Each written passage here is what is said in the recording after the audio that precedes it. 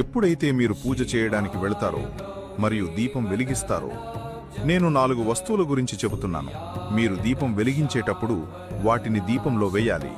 అలా చేస్తే మీ జీవితంలో ఎంత మార్పు వస్తుందో మీకు అర్థమవుతుంది. ఉదాహరణకు, ఎప్పుడైతే మీరు దీపం వెలిగిస్తారో కొంచెం బియ్యం వేయండి.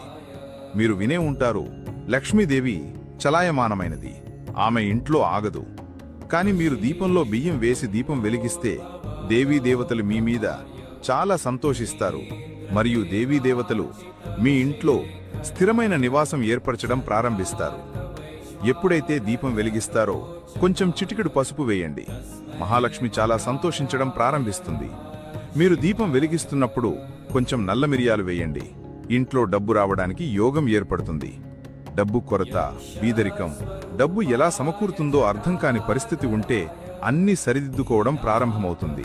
మరియు చివరిగా ఒక ముఖ్యమైన విషయం, దీపం వెలిగిస్తున్నప్పుడు లవంగం వేయండి. లవంగం వేసి దీపం వెలిగించండి.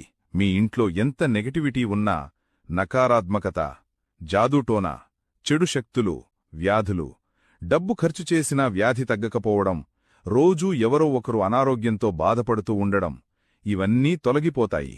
ఎప్పుడైతే మీరు పూజ చేయడానికి వెళతారో మరియు